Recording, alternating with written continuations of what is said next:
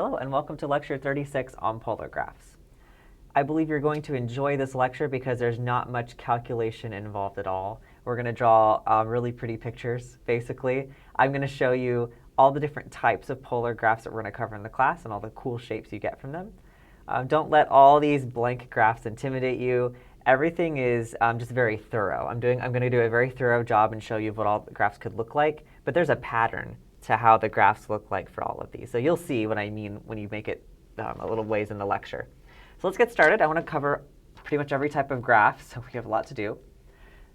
Circles are the first one we're going to encounter. So the equation that you're going to see for a circle is going to be r equals some constant a times sine theta, or it could look like r equals some constant a times cosine theta.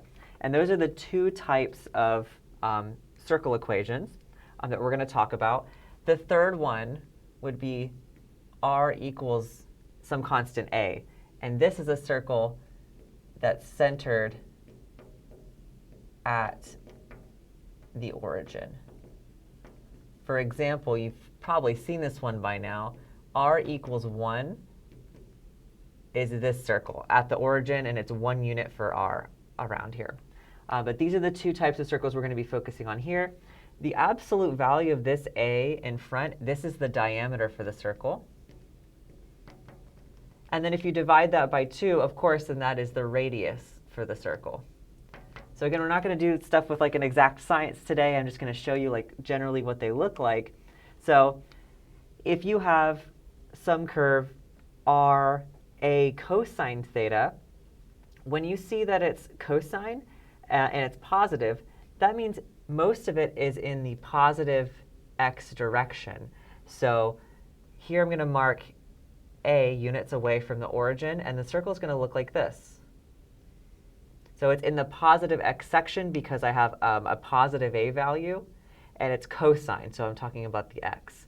So very similarly here, if you have a negative number in front of cosine, you're still talking about the x direction, but it's going to be in the negative.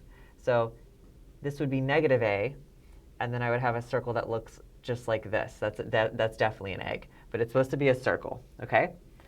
And then here, if I have a equals sine and the constant is positive, then actually that means it's in the positive y direction. So the circle, its diameter is a, and the circle looks like this. It'll sit right on the origin here, and it's in the positive y because there's a positive number in front of sine. And then I might have enough room to do this. I probably just should have scooted this up a bit just so I could fit this here. But if it's a negative number in front of sine, that means it's in the negative y direction. So it sits at the origin here, and you have a circle just like that, and its diameter is a. So this would be at negative a. Okay, so this is really the goal. I just want, for all these types of graphs, I want you to envision what it would look like and like whereabout it would be. So that's what I want to introduce to you today. Nothing more than that. So pause the video. Just from that explanation, try to see if you could figure out where negative 4 cosine theta would be and what it would look like. And I'm going to do it now. So my a is negative 4. The absolute value of a is 4. So this is my diameter. The only other piece of information I need is where is it? And it's cosine, so I'm focusing on the x-axis, but it's negative. So that means I need to move to the negative part of the x-axis.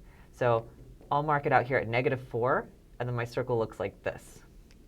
And that's all I want from you. That is really all I want from you today, is just to be able to generally draw the graph and just put it somewhere. Okay? So these are circles, and we're going to introduce many other types of graphs now. So we're just going to go one by one. The next one is the heart. It's the cardioid. So these look like hearts. They're kind of rounded at the bottom, so they don't look like true hearts, but the hearts that you would draw at least. But these are the heart equations. So the form for these is a plus or minus b cosine theta, or you could have r equals a plus or minus b sine theta. And for me to do these efficiently, I'm going to also specify that a and b this time, they're positive numbers. So we're taking into account the coefficient in front, whether it's positive or negative. So a and b are the positive numbers here, and then it could be plus or minus.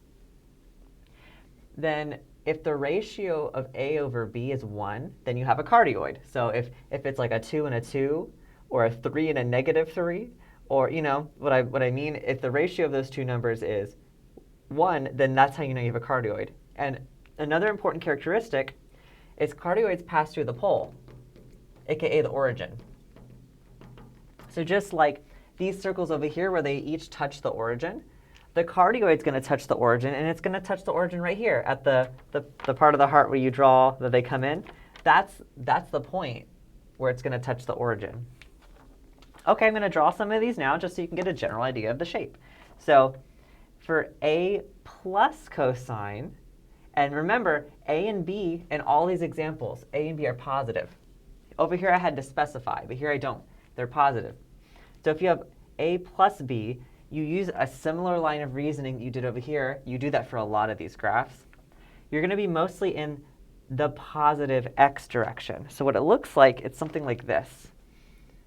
We go like that, we go like this, and then the majority of it is going to be in the positive x direction because cosine has a positive number in front of it.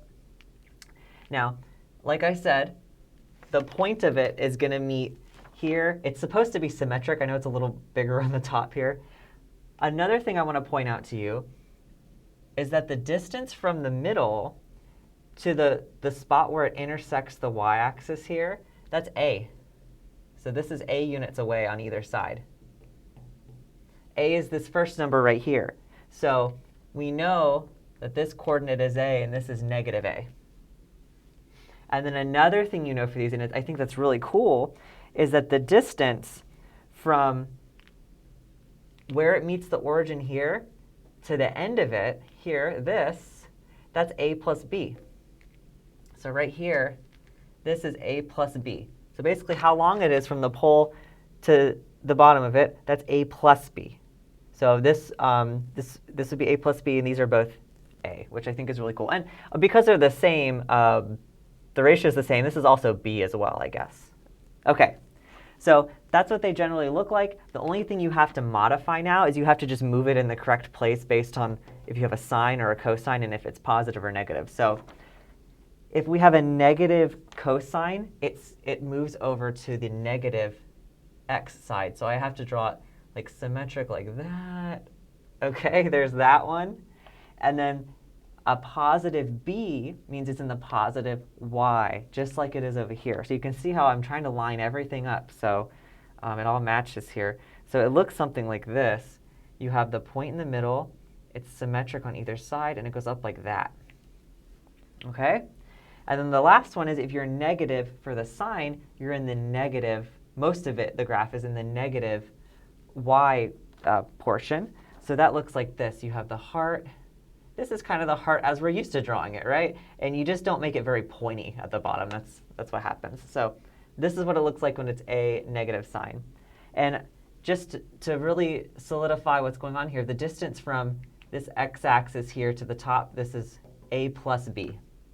And then from here to here, for example, from the middle to the outside, that distance is A. I'm trying to give you all the tips and tricks I know about these things. And they will always intersect with the pole. Okay, this is a good opportunity to pause and try this problem.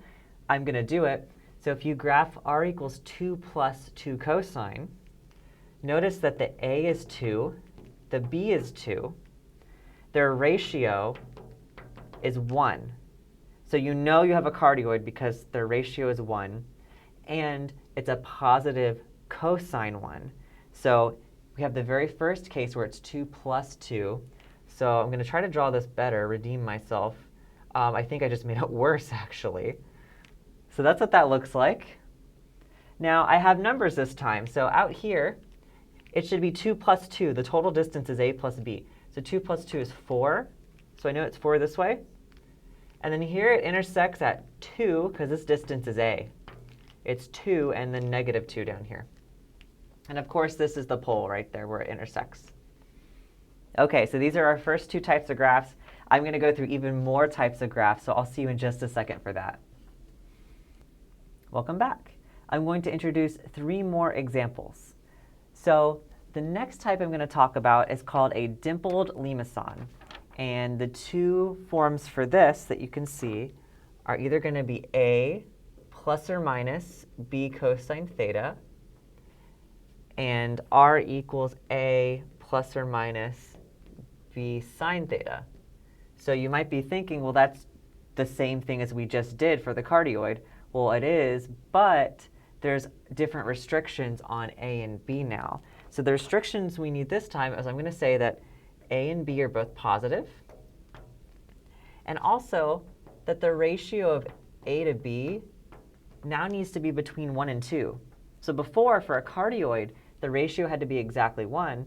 Now A over B needs to be larger than 1, but smaller than 2. So for example, if you have this ratio and you have A plus B cosine theta, the idea of being mostly in the positive x section is still going to hold for this graph.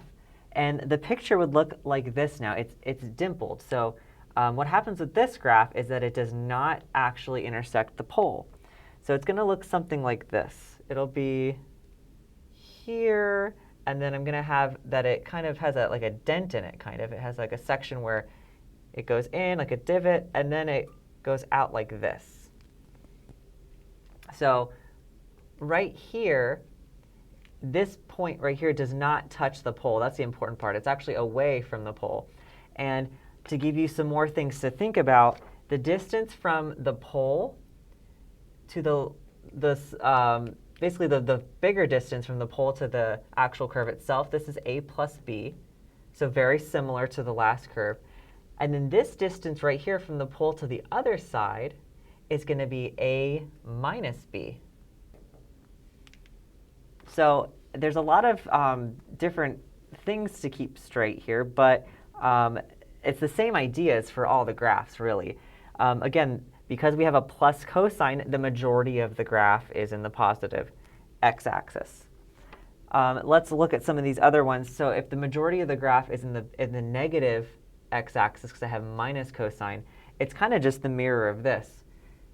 Here, I would go a distance of A minus B. I create like the divot right here, and then I go like this, and then over here, this distance is A plus B. So most of the graph is in the negative x section. Here, if I have A plus B sine theta, most of the graph is going to be in the positive y direction.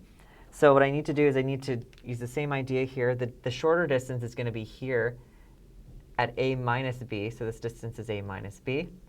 And I have like a little divot in the graph, and then it goes up like this. The important thing is that this does not touch, the graph at any point does not touch the pole here. And then this distance right here is my A plus B. And then finally, if I do the minus one, the majority of the graph is in the minus y section because I have minus sign. So I'll go here to the shorter distance, mark this off. This is where like my little dent in the graph is going to be. And then the majority of the graph goes down here. So this is called the dimpled limacon. Looks very similar to the cardioid. It's just that this does not meet the pole. All right, and then these are very interesting. These are called the inner loop limacon, and they have the same form as the previous graph. So the form for these is also A plus or minus B cosine theta, and R equals A plus or minus B sine theta. But again, we just have a different restriction on these. So for this, A needs to be less than B, instead of this restriction that the ratio needs to be between 1 and 2. Here we just need A is less than B, and then you create a kind of cool looking graph. So let me show you what it looks like for A plus B cosine theta. So what happens is this will intersect the pole. It actually does twice when you draw the whole graph. So we're going to go out like this on either side. So it starts out looking like the cardioid. We're going to go in here. We'll go out. But what happens, which is really cool, is that as you map this out, so like as we go along the curve in this direction, and you've done parametric curves, so you know the idea of it's traveling like a path. Like if I start here at angle 0 and I follow this, the way that this graph is drawn is once you get to the pole, it creates a loop on the inside. So if you follow my pen as I'm drawing, this is kind of the path it takes. It goes like this, and then it does an inner loop, and then it comes back out at the pole again, and it goes like that. It's a very cool looking graph. We call that an inner loop limacon. I think these are also called snails. I think that's another name for this. And here, of course, most of the graph is on the x, positive x, because I have a plus cosine theta here. So this is what these look like. It turns out the inner loop, how long that is, that's b minus a. Remember, it has to be b minus a because b is the larger number, right? So it's b minus a. And then the total length of this from the pole here to its most extreme point is going to be a plus b. So again, a lot of these ideas are true for all these graphs. So just knowing this is very helpful. And I also believe that a is the distance from here to here, just like it was for the cardioid. So these are a. OK, so now I'll draw some of the other ones in case you're curious. You can actually try it. Maybe you're good enough now you can draw what all the other ones look like. I challenge you to do so. But I'm going to draw the other ones to be complete. We have a minus b cosine theta. The other ones are a plus b sine theta. And this one, I wrote it over here. Here's the equation. It's going to be a minus b sine theta. So this is minus b sine theta. You should try drawing those. I'm going to do the same thing over here. So this one is just the majority of the graph is going to be in the negative x direction because it's negative cosine. So it's going to look something like this. Most of it's out here, but then I need to draw my inner loop, just like that. OK, so that's what that one would look like. If I wanted to do plus b sine theta, your picture should have the majority of it in the positive y. So b sine theta, I would have something that looks like this. Then the majority of it's out here, and then it loops back in like that. And remember, the loop, the distance for that is b minus a. That's how far the loop is. And then the entire thing from the pole to the very top, that's going to be a plus b. This one, I'm going to be in the negative y section of the graph. So if r is a minus b sine theta, then I'll mark off these two. I'm going to make sure most of it's going to be in the negative. So I'm going to go like this, and then go and create most of the graph down here. But I need to make my inner loop right there. OK, so those are all the types of limacons. This last type of graph, I think this one's a little more complicated because it has a couple more rules for when you're graphing it. So these are called roses, and these are really nice looking. So it's either going to look like the following two things. It'll be a cosine of n theta, or it could look like a sine of n theta. OK? And we're going to also specify that a should not be 0. The coefficient in front of here should not be 0. I don't really want to talk about when n equals 1, because remember, that's a circle. So I'm not really going to talk about when n equals 1 as well. OK? But I'm going to talk about when n is 2, 3, 4, 5, 6. So it turns out that when n is an even number, the n that's in here with theta, when that's an even number, you have 2 times n petals on your rose. And when n is an odd number, bigger than 1, then it's going to have that many petals. So this is kind of the thing you have to think about when you're going to draw a rose equation, is how many petals does it have?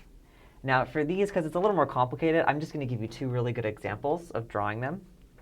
So here I have 4 cosine 4 theta.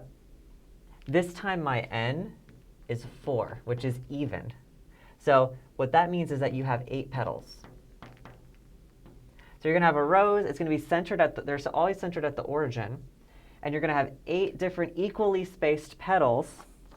And this right here, this 4, you could think of this, the absolute value of 4, whatever number they give you here. So I'll say absolute value of A. That's going to be my petal. This will be my petal length from the origin to the end of a petal. And I'm thinking about it from the center just to the length of the petal over here. So when you have a cosine graph, your petals, your first petal over here is going to be symmetric about the x-axis. So I'm going to say cosine theta. It's symmetric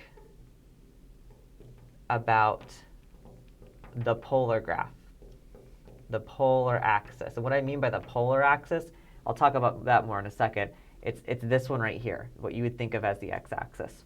So you draw your first petal symmetric to the polar axis, just like that.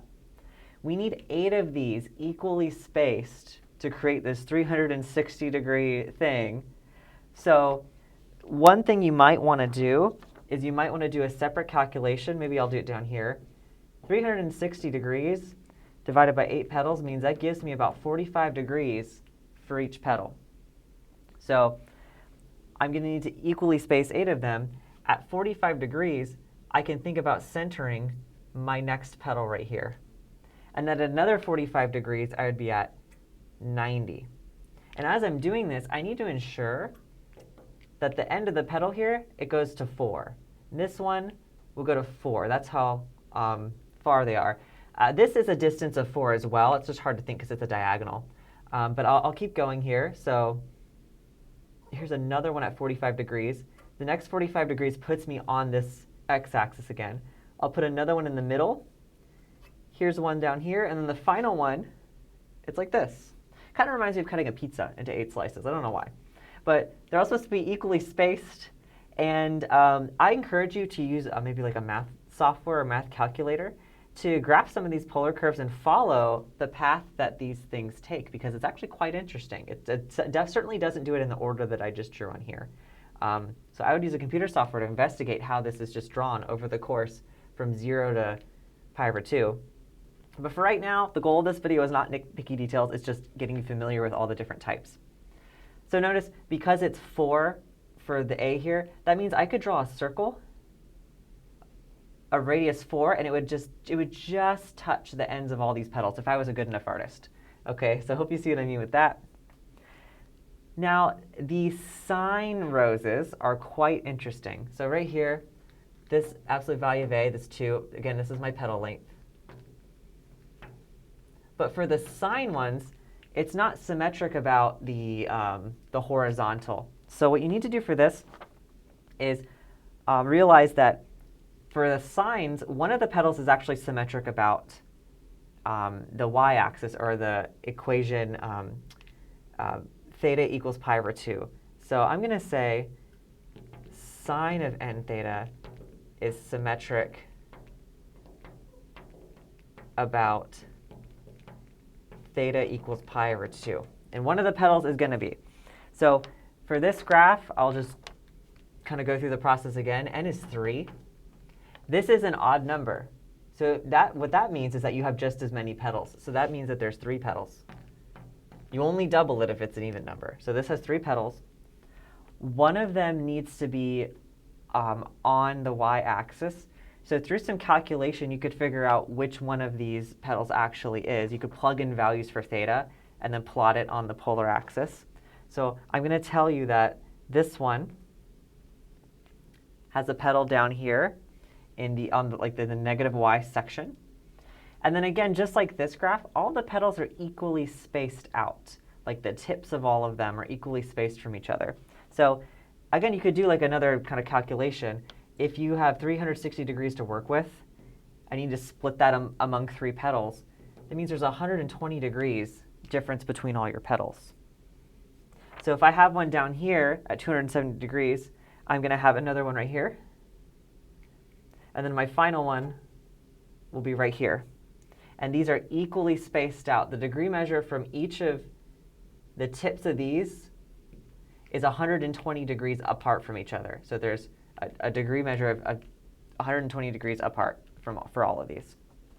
And again, that's really as detailed as I'm going to get today, because I just want to introduce you to all the different types of graphs and what they look like. But to get into the details of this is what we're going to do more in class. We're going to plug in values and like determine what's going on. But these are roses. I think these are pretty cool. And they have some more rules that you need to consider. OK, so the last part of this video, I'm going to talk about some tests that you could do to try to find potential symmetry in these graphs. And then I'm going to introduce you to one more type of polar graph. I'll see you in just a moment. Welcome back to the final part of this video. So I'm breaking up all of the different equations with the symmetry tests. So you may have done something very similar to this when you were testing whether a function was even or odd. It's kind of the same idea.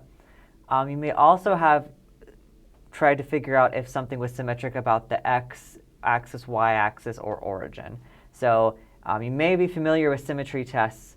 We're going to do symmetry tests for polar equations as well. So there are 3 of them. The first one says, a graph is symmetric with respect to the line theta equals pi over 2, which is the y-axis, if you can replace the coordinate r theta with negative r negative theta, and you get an equivalent equation by doing that. OK? So in your notes, you might just want to write symmetric with respect to pi over 2 if you replace the point with this new point, and it's the same. Similarly, you're symmetric with respect to the polar axis, which is what we know as the x-axis, if you replace that r theta with r negative theta. Another option you could do is you could replace it with negative r pi minus theta. Either one. I prefer to do this one. This seems easier to me. If you replace this point with either one of those, and you get an equivalent equation. And third, you're symmetric about the pole or the origin. So you could think about this as like the main diagonal, like the main diagonal like that. That's what it means to be symmetric about the pole. This is pi over 2. This is the polar axis, x-axis, and this is being symmetric about the origins, the third one I'm talking about here. So you're symmetric about that line I drew over there if you can replace r theta with negative r theta, and you get an equivalent equation. Now, the warning I have to give you for this is that these are if-then statements. So if one of these is true, then you know for sure that you have the symmetry. However, if you try one of these and it doesn't work, that doesn't mean it's not symmetric. It just means you don't know. So the warning I have here for you is the following thing. If one of these tests don't work, and by work I mean if you don't get an equivalent equation, it's inconclusive. We talked about being inconclusive a lot when we were doing series tests, huh? So hopefully that idea has stuck with you. It just means that you don't know for sure whether it's symmetric or not. But if one of these things is true, then you can use that to help you draw the graph. So it will give you a yes if it is, but you're not sure if the test doesn't work. So let's try applying the test to this graph. You may remember this. This was earlier in the video, so you can look at the picture of the graph if you want. So let's go through each of them. So I'm going to show you how to do it for all of them. You're going to replace r theta with negative r and negative theta first. We're going to test for symmetry about the y-axis here. So that's what we're doing for the first one. R theta is going to be replaced with negative r negative theta. This creates the new equation where I replace this r with negative r. And I replace this theta right here with negative theta. Now you have to remember rules about even and odd for sine and cosine to do this. So what happens in this case is I have negative r is 2 plus cosine of negative theta. That's an even function. So the negative is just going to disappear. So this is equal to 2 cosine theta. I could divide both sides by a negative, but you're going to see that this is not the same equation I started with. This is not equivalent. There's no way I'm going to be able to manipulate that. So what that means is that we are at this point, it's inconclusive. We don't know whether there's symmetry about the line pi over 2. So there could be, maybe not. Let's take a look at the second one. To find symmetry about the polar axis, the x-axis, I'm going to replace r theta with r negative theta in the original equation. So what does that get me? I replace this r with nothing. It's just going to be r. It's 2 plus 2 cosine. For this test, I replaced theta with negative theta. However, I just said that if you take cosine of a negative theta, it's the same as just theta, because cosine isn't even a function. And this is equivalent to the original equation I started with. So this is yes. We are symmetric about the x-axis, the polar axis, if you want to keep this in terms of polar coordinates and stuff. But it just means the x-axis for us, like that idea. You should try number 3. If you're comfortable with what I just did, you should pause it and try number 3. So we're going to replace r theta. It's going to get replaced with negative r theta. And you're going to see here that if I do that, I get negative r equals 2 plus 2 cosine theta. However, there's no algebra I can do to save this to get it back to what it originally was. It's the same thing that happened here in the second step. So this is not equivalent. There's no algebra I can do to get that to be equivalent to what it started as. So this means I don't know if it's symmetric about the origin here. It could be, it maybe not. However, we are so good at our polar graphs from before, I could quickly draw this. This is my Hart equation because they're both 2, so the ratio is 1. It's a positive cosine, so it's mostly in the positive x section. So I'm going to go out 2 either way. That's my graph. This sideways Hart. It's not symmetric about theta equals pi over 2, the y-axis, right? If you draw a line here, it definitely doesn't cut it in half, right? You got these little pieces, and then this, it's definitely not symmetric. For this one that we got the positive here, the x-axis, yes. If you cut it at the x-axis, it cuts the Hart into 2 identical slices, right? So this is true. And then this one, if you cut it along the main diagonal here, that's not the same. There's no way. There's more here in this bottom piece than the top piece. So it was just a coincidence that for the graph, it was no, yes, no. Because these ones that we got no for, like that the test didn't work, it could have been the case that actually it also had this one, or it also had this. I hope I've stressed that enough. I hope I've stressed it so much, actually, that you're annoyed that I'm saying it so many times. So just because you get a no here, I'm going to say it again. Just because you get a no here, it doesn't mean that the graph actually doesn't have it, the symmetry. OK, I'll move on. I will move on. Sorry about that. OK, now that we've done symmetry, the last type of equation I want to talk about are lemniscates. So these are figure eights. They're infinity symbols. And I'm just going to show you what they look like for now, just so you're aware that they exist. The key thing you need to pay attention to is r squared is how it's presented. So they'll give it to you as r squared equals some constant squared. And then this right here, this has to be 2 theta. These are going to be presented, and it's 2 theta that's in here. That's lemniscates. OK? So r squared and 2 theta. It has to be the number 2, no other number. Is how they're presented. The cosine one has the nice polar axis symmetry that we're used to all the, here's another cosine graph, right? We're used to all the cosines having nice polar symmetry graphs. So this one looks like this. It's a figure 8 that's symmetric about the x-axis. The distance from the pole to the, the outer end of this figure 8 right here, that's a. So this a squared here, you take the square root, that's the length. So the entire length then of the whole figure 8 sideways, this is 2a. Okay, and this intersects the pole in a couple spots as you draw this. This one, based on the terminology we were just using, we could say that this one has polar axis symmetry. What other symmetry does it have? Well, if I cut it right down the middle, this has theta equals pi over 2, the y-axis symmetry. OK? And it looks like it also has the other type of symmetry, doesn't it? If you cut it right here, it looks like it also has that symmetry as well. So this one has lots of symmetry to it. This one is only symmetric about the main diagonal here, the pole. This has pole. This is symmetry at the pole. Not the polar axis, I mean just like the pole, this main diagonal that I've drawn here. So you could use the main diagonal to guide you when you're drawing the a squared sine figure eights. You're just going to have the symmetry right about here, and use that to guide you to draw that half of it, and then you just do an identical thing over here.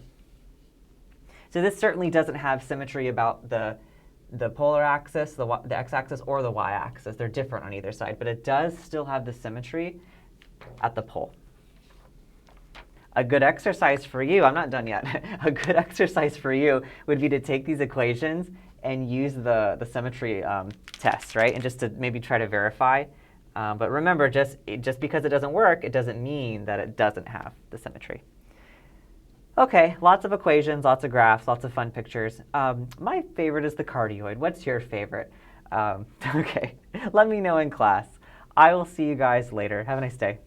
Bye.